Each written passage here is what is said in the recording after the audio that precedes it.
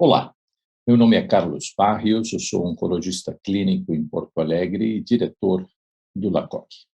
É um prazer estar aqui com vocês. Queria começar agradecendo a presença de todos e o convite amável. É uma honra participar deste evento. Eu sei a dificuldade de organizar esse tipo de situação e eu queria parabenizar por um programa que está realmente excelente. Espero que todos vocês estejam aproveitando. Esses são meus conflitos de interesse, basicamente relacionados ao desenvolvimento de pesquisa clínica, e demais está a dizer que esta apresentação reflete minha opinião pessoal. Eu quero começar com disclosure, umas explicações relativas ao conteúdo desta apresentação. Eu vou me focar basicamente no desenvolvimento de pesquisas cooperativas. Certamente eu vou me concentrar nas pesquisas e na evolução histórica do LACOG, que eu acho que tem uma importância particular para muitos de vocês. E eu vou deixar de fora pesquisas de muito valor e esforços muito importantes que têm sido realizados por indivíduos específicos, investigadores isolados e instituições isoladas que não estão sendo abordadas nesta apresentação. Por isso, já peço desculpas por isso. Eu vou discutir visões muito pessoais em relação às necessidades, às estratégias, algumas conquistas e as perspectivas na área de pesquisa clínica em câncer de mama, e que, embora sejam abordados todos os assuntos dentro de uma perspectiva limitada e muito pessoal, eu acho que poderão ter uma aplicabilidade mais generalizada para alguns de vocês. Vamos começar o porquê. A incidência e a mortalidade de câncer na América Latina são aspectos extremamente críticos e importantes, 1,3 milhões de casos em geral, 666 mil mortes, e vocês vejam aí que câncer de mama representa o tumor mais comum, como está representando em todo o mundo. 15% dos tumores na América Latina, né, são cânceres de mama. Então, o problema é certamente um problema importante. Do ponto de vista de perspectivas, este slide é muito claro que nos próximos 10 a 20 anos, a perspectiva da incidência desta doença vai aumentar de forma expressiva. Veja, se espera que é um aumento de 65% a 70% no aumento de casos na nossa região, o que certamente nos coloca com um desafio muito particular em vários aspectos desta questão. A pesquisa em todo o mundo está distribuída de forma inequitativa, não é igual. E vejam que dos mais de 370 mil estudos registrados no clinicaltrials.gov, 87% desses estudos estão sendo conduzidos nos Estados Unidos, Canadá, Europa, Austrália e Japão, enquanto que o resto do mundo tem apenas 30% dos estudos que eventualmente estão sendo conduzidos no presente momento. Na nossa região, a percentagem é muito baixa, né? Em câncer de mama, menos de 5% dos estudos disponíveis estão sendo conduzidos na nossa região. Muito importante reconhecer que 70% dos estudos na América Latina são conduzidos conduzidos ou patrocinados pela indústria farmacêutica. Esse número é de 45% nos Estados Unidos e o número geral em todo o mundo é ao redor de 36%. Esse é um fenômeno obviamente importante, a indústria ajuda muito no desenvolvimento da pesquisa, mas também tem aspectos de pesquisa acadêmica que precisam ser colocados dentro deste contexto, desta discussão. E muito crítico esta uma análise que a gente fez com o Max Mano recentemente numa publicação do ASCO Educational Book, agora deste último ano. Se a gente analisa os estudos que eventualmente foram apresentados na sessão plenária da ASCO dos últimos 20 anos, né? Aqui vocês veem que 56%, e colocamos essa pesquisa nesse sentido, porque são estudos que geralmente tendem a mudar a prática clínica, né? Trazem as novidades de maior impacto em geral. 56%, quase 60% dos estudos são patrocinados pela indústria farmacêutica. O NCI ou outras instituições americanas patrocinam 20%, e outros grupos, né, não americanos de pesquisa patrocinam menos de 20% dos estudos. Isto nos dá uma ideia de o que está acontecendo na pesquisa hoje em dia, né, ou nas últimas décadas, e como é que a gente deve se posicionar em relação a esta realidade.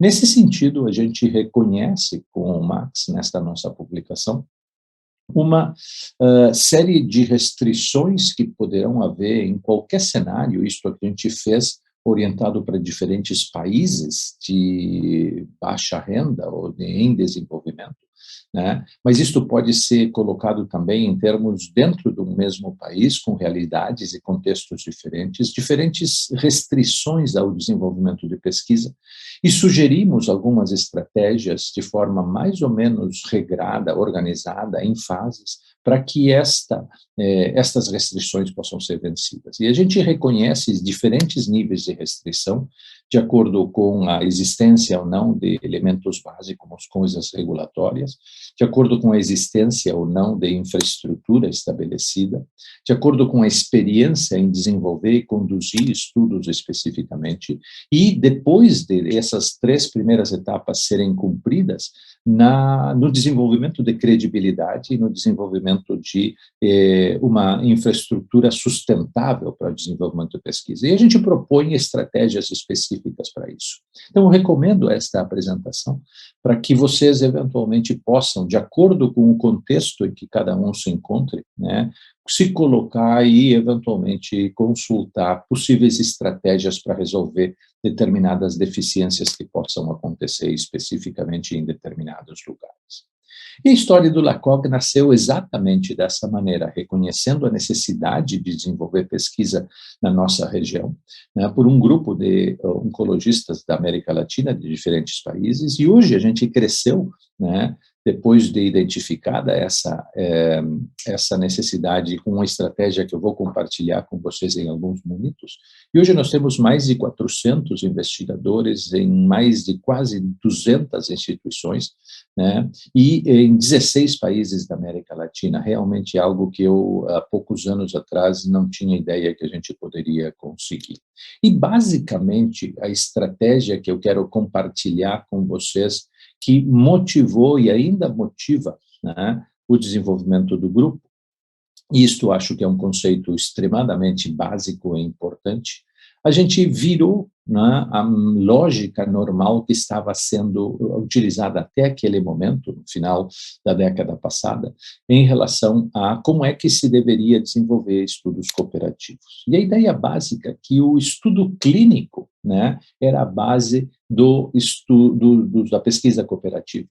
As pessoas se ajuntavam em volta de uma ideia de um estudo clínico, tentavam fazer aquele estudo clínico, e muitas iniciativas foram desenvolvidas naquele momento dentro desse conceito.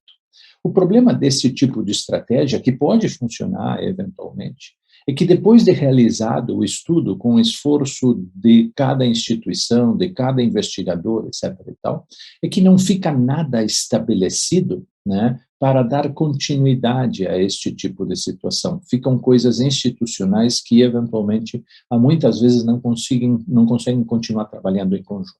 E a gente inverteu essa lógica, e em vez de tentar recursos para um estudo clínico específico, a gente procurou recursos invertendo a lógica.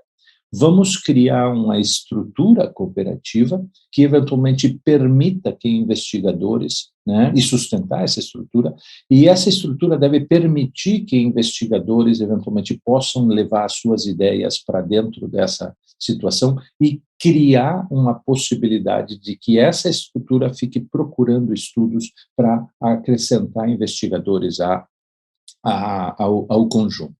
Isto, obviamente, fala em sustentação dessa estrutura, dessa infraestrutura básica, e fala fundamentalmente de algo que é muito crítico para nós neste momento, que é a profissionalização de todas as atividades no segmento de pesquisa. E é assim que foi feito. né? O LACOG hoje conta com 24 empregados, né? Todos eles profissionalizados na área de pesquisa, né?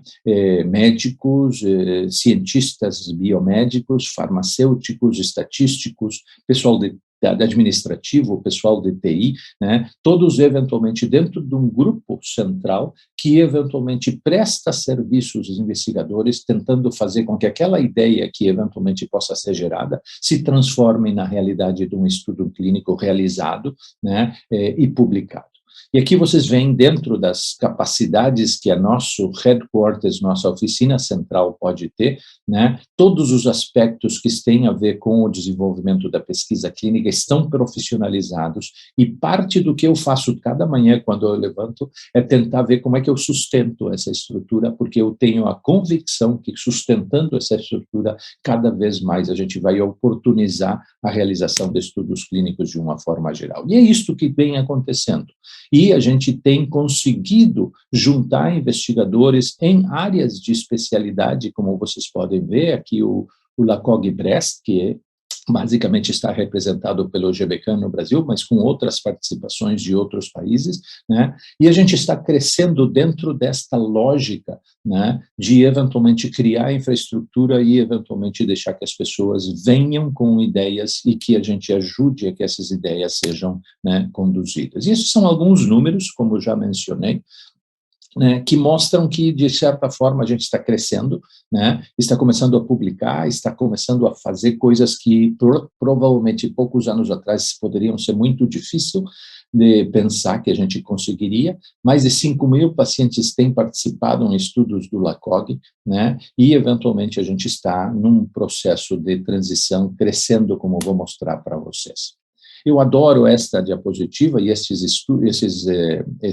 dados que eventualmente a gente mostra aqui, né, e que eventualmente nos dizem basicamente da nossa potencialidade. Se alguém olha este diapositivo e eventualmente entende o que está escrito aqui, né, não pode deixar de se maravilhar com a perspectiva futura e a potencialidade que a gente tem para desenvolver pesquisa clínica. Isto aqui é uma coleção do que os 194 instituições que são membros do LACOG têm de pacientes novos por mês. Então, isto aqui é por mês, pessoal. E por isso é algo absolutamente fantástico que tem que ser reconhecido. 4.500 novas pacientes com câncer de mama mensalmente. 2.600 pacientes com câncer de próstata a cada mês. 1.900 pacientes com câncer de pulmão por mês. Vocês, assim por diante, vocês vejam assim tumores mais raros, como tumores de tireoide, quase 400 pacientes com tireoide a cada mês. Pacientes com com tumores cerebrais, quase 500 pacientes com tumores cerebrais, quase 500 pacientes com tumor de pâncreas, né, por mês. Este tipo de potencialidade nos diz que a gente tem condições, se consegue organizar tudo isto, né, de realizar praticamente o que a gente quiser dentro da área de pesquisa clínica. Profissionalização, sustentação, nós temos o material, temos que criar as condições para que isto aqui realmente aconteça. E, aprofundando um pouquinho dentro deste tipo de discussão, eu vou discutir com vocês alguns estudos epidemiológicos e alguns estudos clínicos que têm baseado, e vou me concentrar na área de mama, isso aqui tem sido feito em outras áreas também, né? Mas que eventualmente nos contam um pouquinho da história do que a gente tem feito em relação a isso, e aqui vocês veem algumas das colaborações que a gente tem conseguido manter, tanto com a indústria farmacêutica, que ajuda muito nesse sentido, né, e que eventualmente tem suas particularidades, e eventualmente grupos de estudo e grupos cooperativos internacionais que fazem parte das nossas relações e que realmente são importantes para o crescimento. Um primeiro aspecto que é fundamental reconhecermos é que o registro de câncer na maior parte das regiões é desigual, assim como a distribuição de pesquisa clínica. E vejam que, embora alguns países tenham uma proporção muito grande da população coberta por registros de câncer e que nos dizem, né, esses registros, o que acontece com essa população em qualquer lugar. Em outros lugares, como a América Latina, por exemplo, só 8% da população está coberta, né, por registro de câncer, o que limita muito a geração de informações que são importantes para planejamento estratégico, né, e tomar medidas administrativas, onde é que a gente bota o recurso e o que é eventualmente mais importante que a gente tenha que estudar. Então, certamente reconhecendo essa limitação, uma das coisas mais importantes que a gente fez nos últimos anos foi estudar, né, epidemiologicamente determinadas doenças.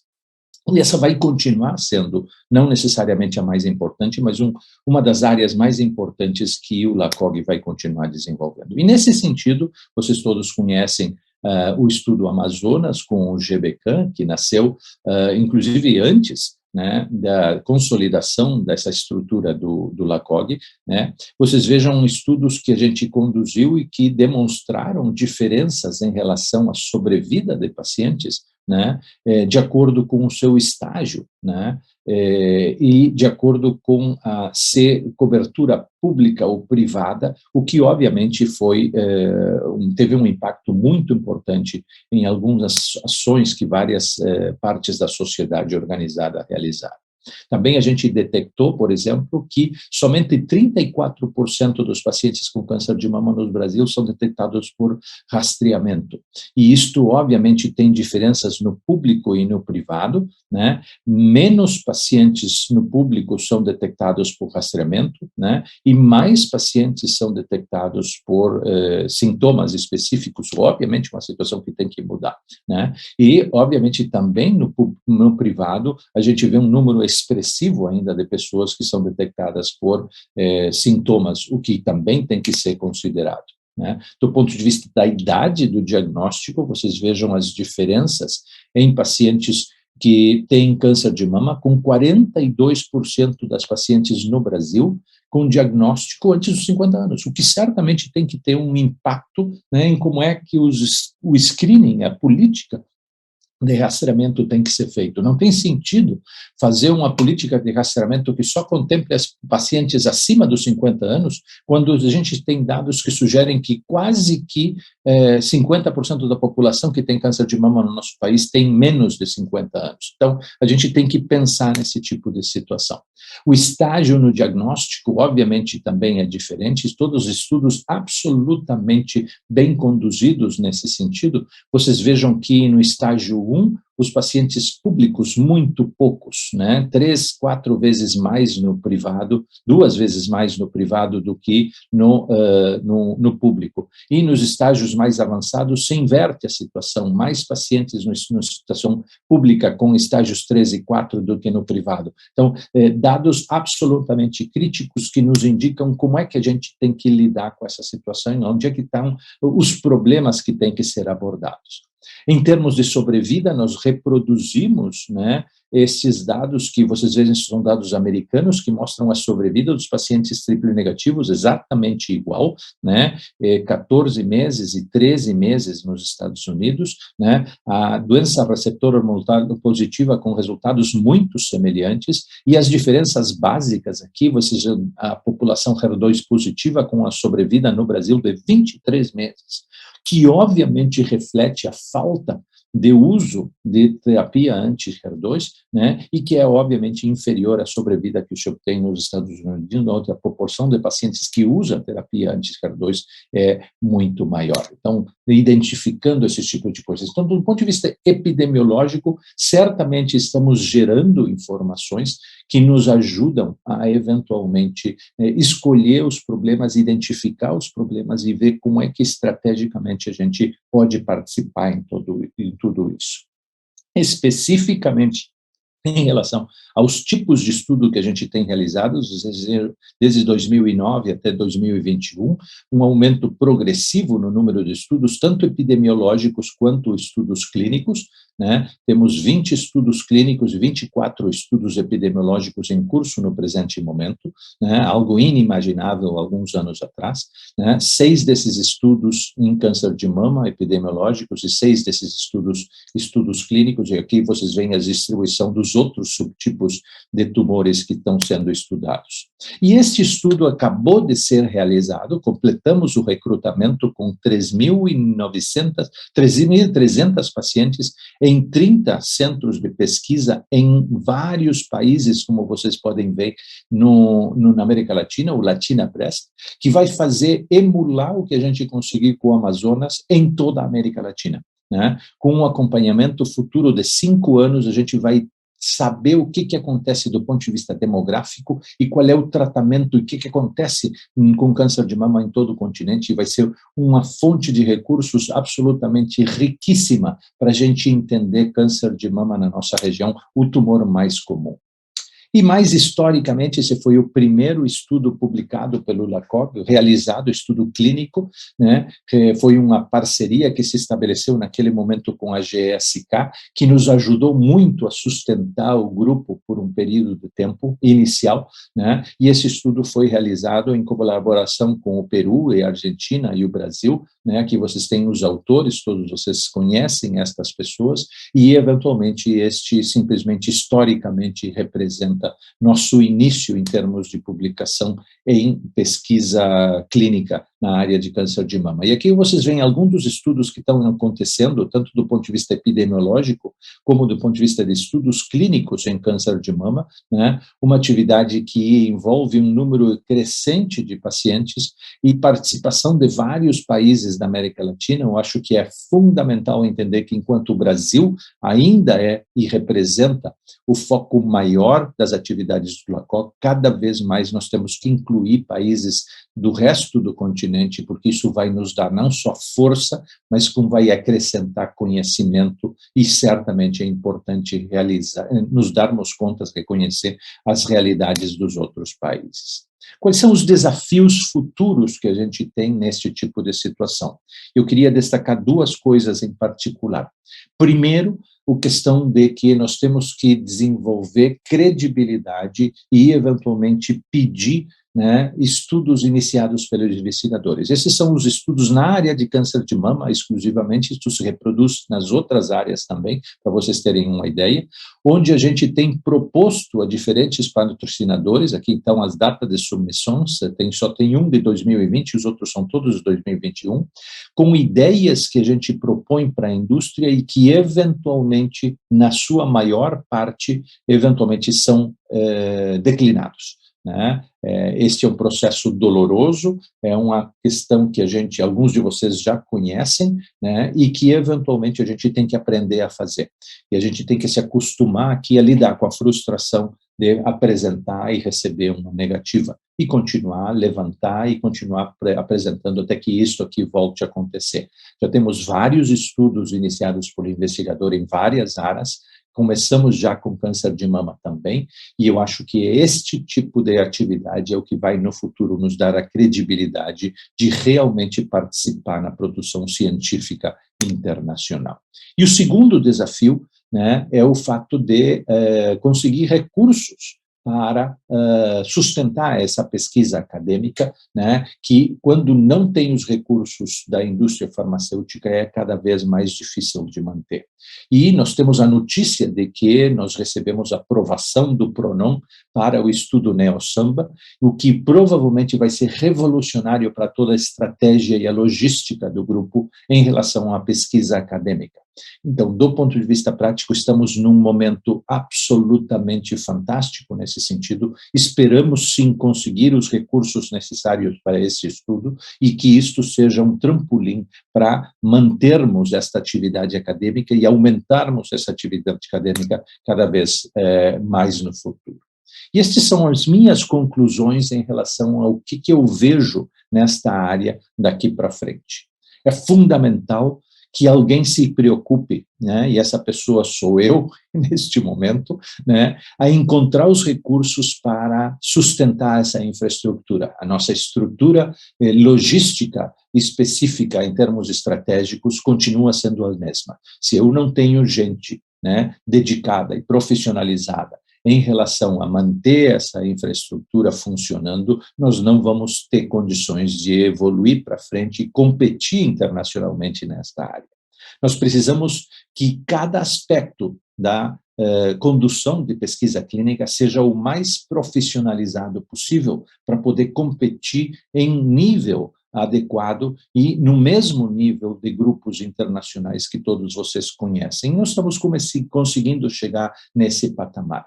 Nós temos que dedicar muito tempo em desenvolver, em atrair e treinar recursos humanos em todos os aspectos da condução da pesquisa clínica. Temos concorrência absurda nesse sentido pela indústria farmacêutica e outros serviços, então isto representa um desafio muito particular. Não chega com ter recursos, nós precisamos treinar essas pessoas e atrair essas pessoas para esse campo, né, que muitas vezes é muito novo para muitas pessoas. Nós precisamos desenvolver uma nova geração de clínicos investigadores. Eu costumo dizer que a minha geração já passou, né? As pessoas que fazem pesquisa clínica e que fizeram pesquisa clínica por muito tempo, hoje em dia o que a gente tem que fazer é reconhecer que nosso tempo está acabando e que, eventualmente, novos geradores de ideias e novas pessoas têm que ser geradas que, eventualmente, façam e peguem a bandeira e continuem para frente, aproveitando a infraestrutura que a gente conseguiu desenvolver até esse momento. E se isso acontecer, eu vou ficar absolutamente muito contente. Nós precisamos estimular e qualificar cada vez mais esses estudos epidemiológicos, porque eu não vou esperar que os governos da nossa região gerem essas informações da forma com que a gente está gerando. Nós precisamos colaborar entre nós e internacionalmente constantemente. Este é um elemento de crescimento que é essencial. Nós precisamos, ao mesmo tempo, desenvolver credibilidade. Cada coisa que a gente faz tem que ser profissional, tem que ser dentro da mais alta ética e com os conceitos científicos mais adequados. E, nesse sentido, isto aqui é um objetivo permanente do grupo. Nós precisamos, desta maneira, levar a cada vez mais ter estudos iniciados pelo investigador, que nos ajudam a crescer, a amadurecer e ajudam os investigadores a cada vez mais ser conhecidos e se desenvolverem na área.